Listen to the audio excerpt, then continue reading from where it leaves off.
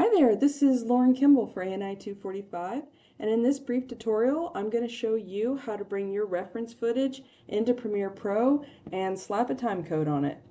To begin, open up Premiere Pro. If you don't have it on your computer, you can download a free trial from the Adobe website. You can also purchase it through the Creative Cloud, or you could go to a campus computer where you could access Premiere Pro for free. Once you have Premiere open, you're going to want to click on the New Project button.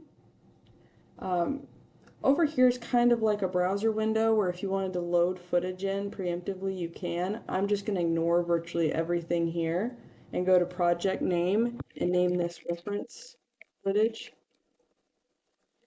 Premiere is going to generate project folders for this, but I'm never going to look at this project folder ever again, so I don't really care where it goes. I'm just using this for just a quick dirty tutorial, show you how to do this.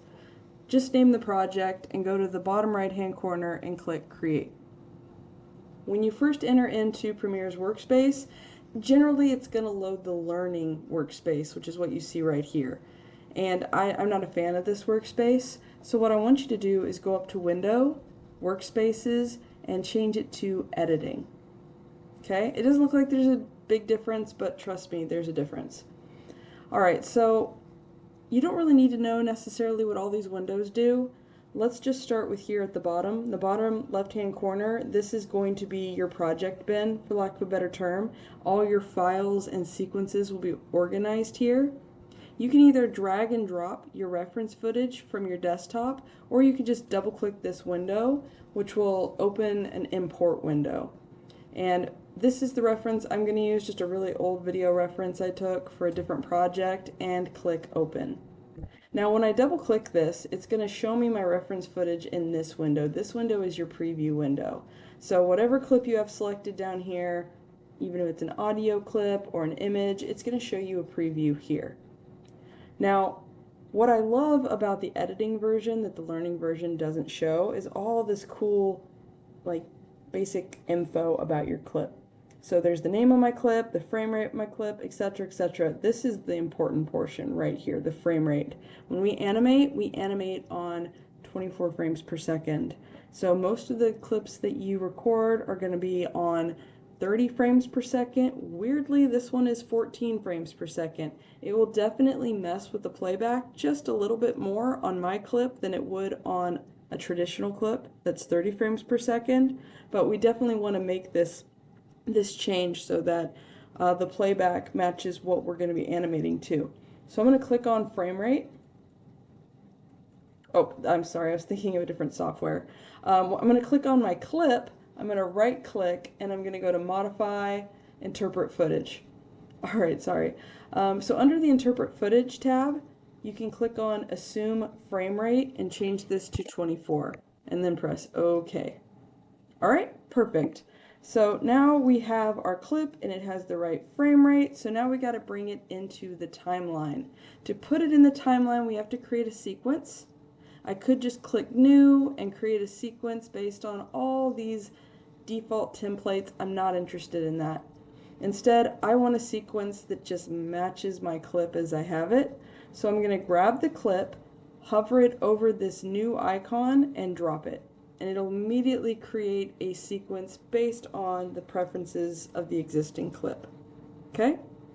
So now I can scrub through the timeline, and I have another window activated. This is the actual final clip as it's going to be exported.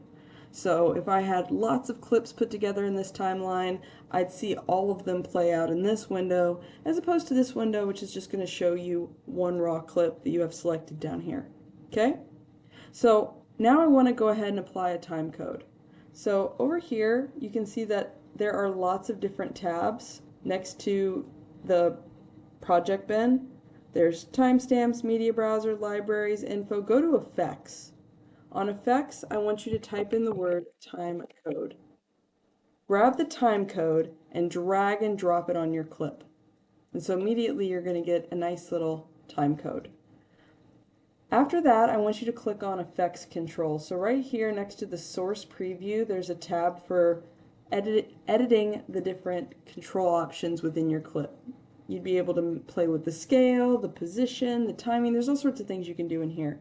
When you add an effect to a clip, it creates a new effect layer. So right here is my timecode information. Now the default format is going to show me seconds, minutes, etc. But I prefer to see things in frames. So I'm going to change my format to frames. And now I can just press play and figure out how many frames are between a given section. So now that I have this laid out the way I like it, again, you don't have to do it that way. If you prefer seconds and minutes, go for it.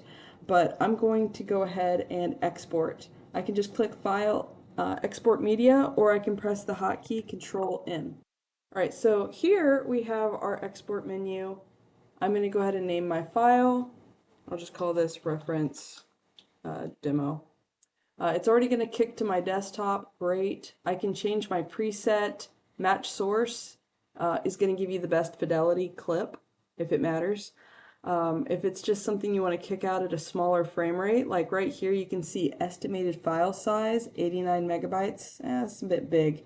So I can take this down to, like, say, a high quality 720.